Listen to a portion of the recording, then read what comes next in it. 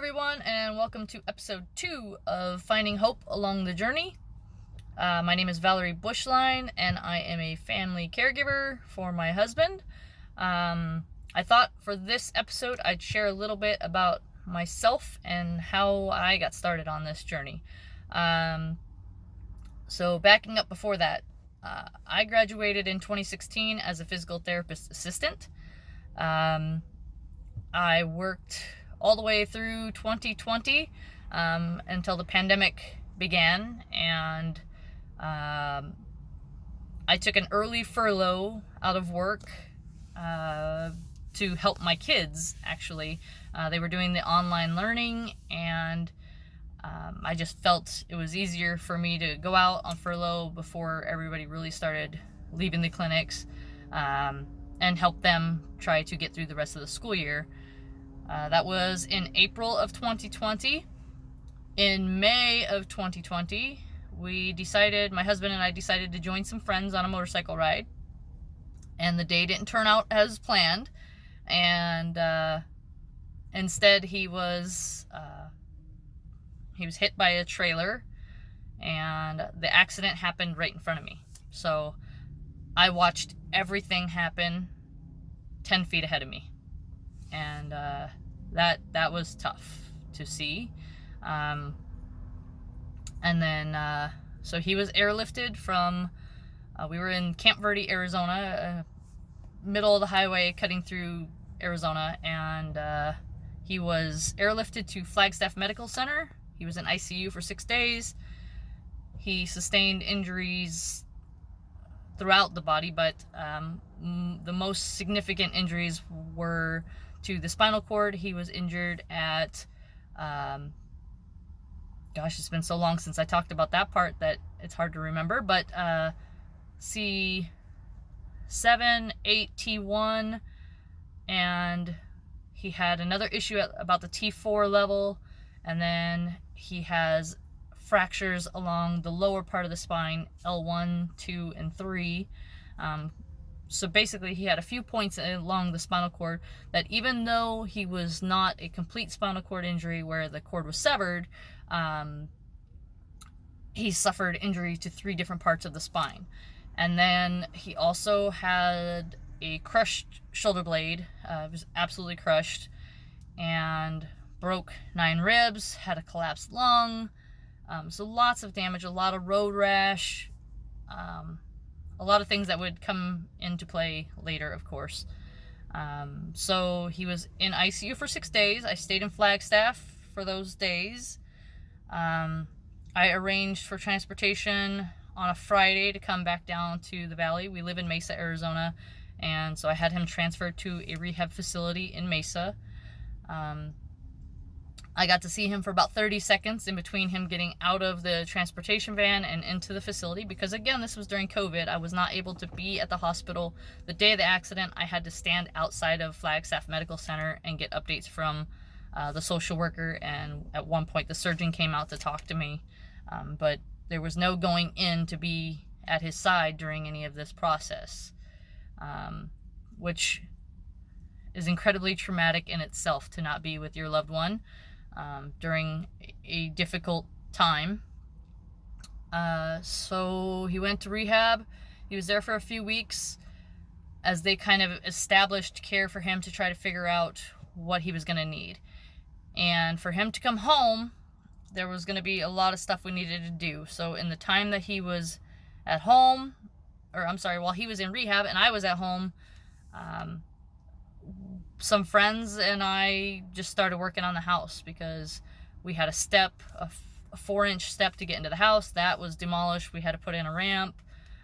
We had to widen doorways to accommodate a power chair. We had to completely change the bathroom to make it a 0 threshold shower pan, so that we could roll in a shower chair so he could shower. So that was what I was looking at. I was looking at my husband coming home paralyzed from the chest down with a ton of injuries to his shoulder, and that's what I was faced with. So I went into the hospital in the beginning to learn how to manage bowel and bladder program, and that entailed learning how to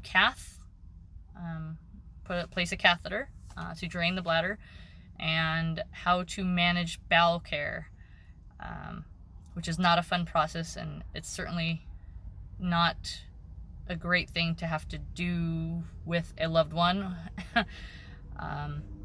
It's definitely a strain of having to manage that kind of care for your spouse. And so when he came home, it was great, but it was overwhelming. And even being a PTA and having that knowledge of how to do transfers and manage wheelchairs and Hoyer lifts and all, I still was grossly unprepared for what we were going to go through. I feel like every 4 to 6 hours I was wake up to give meds, and I was also trying to process everything that I was going through, and it was a hot mess in the beginning. I won't lie. It was a hot mess. And so I had I pulled up an Excel sheet, and I made a list of all of his medications and all the times, because I was so worried that I was going to overdose my husband because of my own mental fatigue. I was so scared of doing something wrong, and that is so stressful. And again, we had an occasional nurse coming through. We had, we could call for some help, but it was really just, here you go. And so he was home for a few weeks before he was headed to surgery. He had to have the shoulder work done, and that became a 2 surgery process. They allowed me to go into the hospital for his admission, and then later that day they were changing the policy, and that was becoming a 0 tolerance, no family members, no nothing. And so as my husband came out of surgery, I was trying to advocate for him, of course, and there was definitely some things that happened in the hospital where they were unprepared for him. They were ready for a shoulder surgery. They were not ready for a paraplegic with a shoulder surgery. And so while I'm trying to advocate for them, I'm getting frustrated, I'm getting upset, because I was not managing my own emotions well at the time. They quickly reminded me that, hey, you got to go. And so I went back home, and he was in the hospital for days.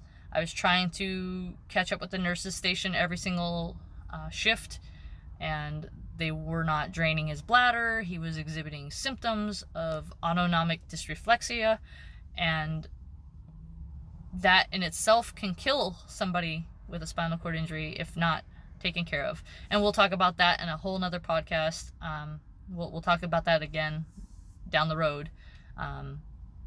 But it's incredibly frustrating when you're trying to tell somebody, no, this isn't COVID symptoms. They kept trying to send him to the COVID ward, and I said, this is not what that is. You have to drain his bladder. And it was frustrating to be talking to medical professionals that weren't listening to that. And so I was beating my head against the wall trying to get people to talk and listen to me and how to take care of him. He came home from that. That was a whole lot more miserable than even when he came home the first time, because he was recovering from the surgery. He had a huge incision, very painful. Those were hard times. And, when we redid the bathroom, I ended up with like a little back room area where it's storage and all. And I won't lie to you, that was a spot where I could go where nobody else in the house would bother me, and I'd just sit there and bite on a towel and cry my eyeballs out and just be angry and upset, because I felt like there was nothing I could do. There was nothing I could do to make things better, and it was tough. So not great times. Over time, things have improved, both in just a timing and a process and getting the schedule down. but this is still a very difficult life for anyone. You know, if I am completely honest and I tell you my schedule is crazy, but you know, I get up generally between 5 and 6 every day. Monday through Friday, it's to get the kids up and ready for school. Sometimes to argue with the kids to get them out of bed. You know, I'm up by that time, get them out the door. Then it's time to get my husband up, get him out of bed, get him to the restroom, which includes transferring him out of bed and then putting him on the shower chair, getting that into the bathroom, going through that whole process. That takes probably a good hour and a half easily, longer if things aren't working the way they need to.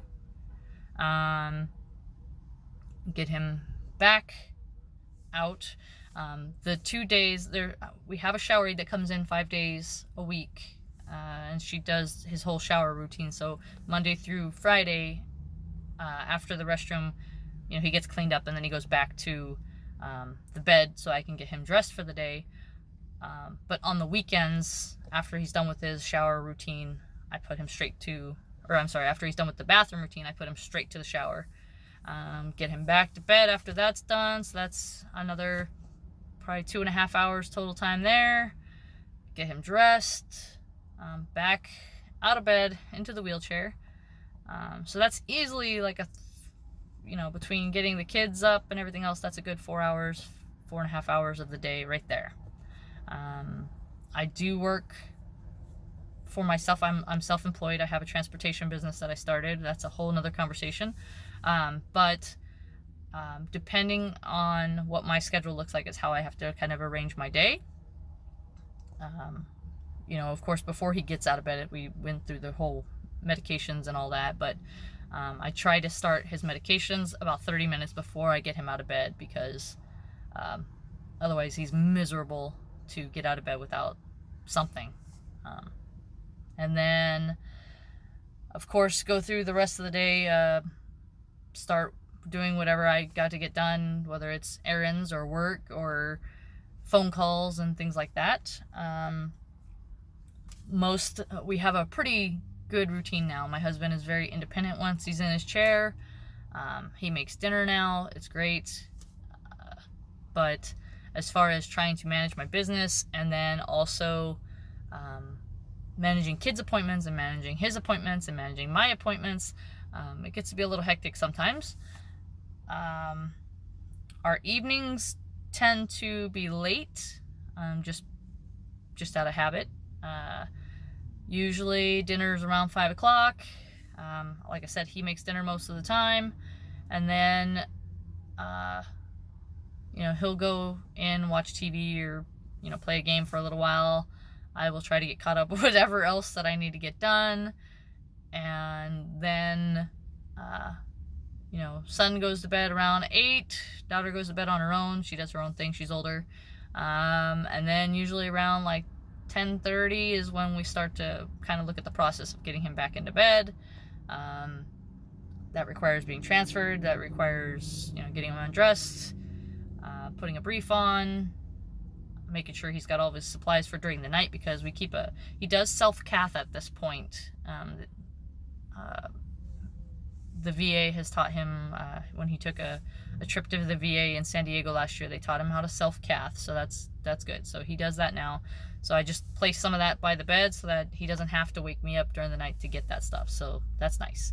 And then, by the time that all gets done and back to bed, and he wears special boots to keep his feet from going the wrong direction and everything during the night, and to keep him from getting wounds on his ankles. By that time that's all said and done, that's usually about 11:30. So I hopefully am falling asleep by midnight, and then I get right back up at 5 o'clock, 5:30 at the latest usually. So it is a incredibly tiring day, especially with, again, running the business and depending on how busy my schedule is, managing band concerts for the kids and doctor's appointments and everything else. Like I said, everything's always kind of a random process. But it's a long day. And I, for a long time, really could not accept the fact that I needed to do anything for me. After the accident happened, I definitely struggled. My anxiety, depression, traumatic stress, truly. I mean, everything was through the roof. I have a great PA that I see, and we had a good discussion, and and taking care of mental health. I'm a huge advocate for managing your mental health, without a doubt. So I did go on some anxiety medication to help balance me out a little bit, and because my emotions were all over the place. Like I'd be angry one minute, I'd be sad and crying in the back room. I needed to take care of me, and so I started a medication regimen to kind of calm that all down. But you got to take care of you, and I'm still learning that. I got a friend that's a massage therapist. She's fantastic. I should see her more often, to be honest. But it's just, sometimes I feel like if I do something like that for me, then that takes away something that needs to be done for everybody else in the house. And of course, if they're listening to this, they're going to be like, Mom or Val, that's not what we want for you to do. You need to take care of you too. And I do. I have my things that I like to do. I have my outlets that I like to do. I like to do landscaping in my yard. I like to do yard work and, just make things look nice outside and all that. But, it's a process. And, finding other people like us to be able to talk about those things and say, holy crap, I'm overwhelmed, and nobody understands, and so, and even trying to explain that to my 10-year-old sometimes, I'm like, you just don't understand. Like, I'm tired. Like, he's like, well, why can't we do this? Why can't we go do this right now? Like, our life before was just a drop of a hat. Let's go do this. We had those freedoms and liberties to do that. And now it's a little bit more like, well, what's the schedule look like? What do we need to do first? Well, I can't do it at that time in the morning because that's during Dad's routine. I can't do that at that late at night because that's the nighttime routine. There's so much planning and structure that has to go into being a caregiver. And, you lose that spontaneous side. Like, you can't just be spontaneous and go do things, like you used to. And that is challenging. But, yeah. So I understand if that's where you're at, and like I said, if you're new to this and you're just starting out, oh my gosh, it is incredibly overwhelming, and it doesn't matter what the person is dealing with that you're caring for. Like, it doesn't matter who it is or what is going on. Like, taking that time to care for somebody who needs great assistance, it is fatiguing and everything, and I understand. And yeah, so next week, the next podcast, episode 3, I am going to be talking to a friend of mine that I met through a Facebook group, actually, a peer mentor group for spinal cord injury patients, that her husband was injured 6 months after mine. And we're on opposite ends of the country, but we're living a very similar life. Every spinal cord injury is different, but there's a lot of similarities as well. So we reach out to each other pretty frequently, for not knowing each other very well, but and just kind of cheering each other on through the wins and the process. And I look forward to officially meeting her, and we'll be talking about her journey and what she does to get herself through, and managing her family and her husband's care. And I hope that you guys will be here to listen in and support her on her journey as well. So again, that's like I said, that's just a bit about me and my daily life as a caregiver for my husband. And if anybody has any questions, feel free to email or leave comments below. And we'll see you next week when we talk to Jodi about her husband's recovery and how she manages her life on that path. So, talk to you guys next week, and y'all stay safe, and we'll see you soon. Bye-bye.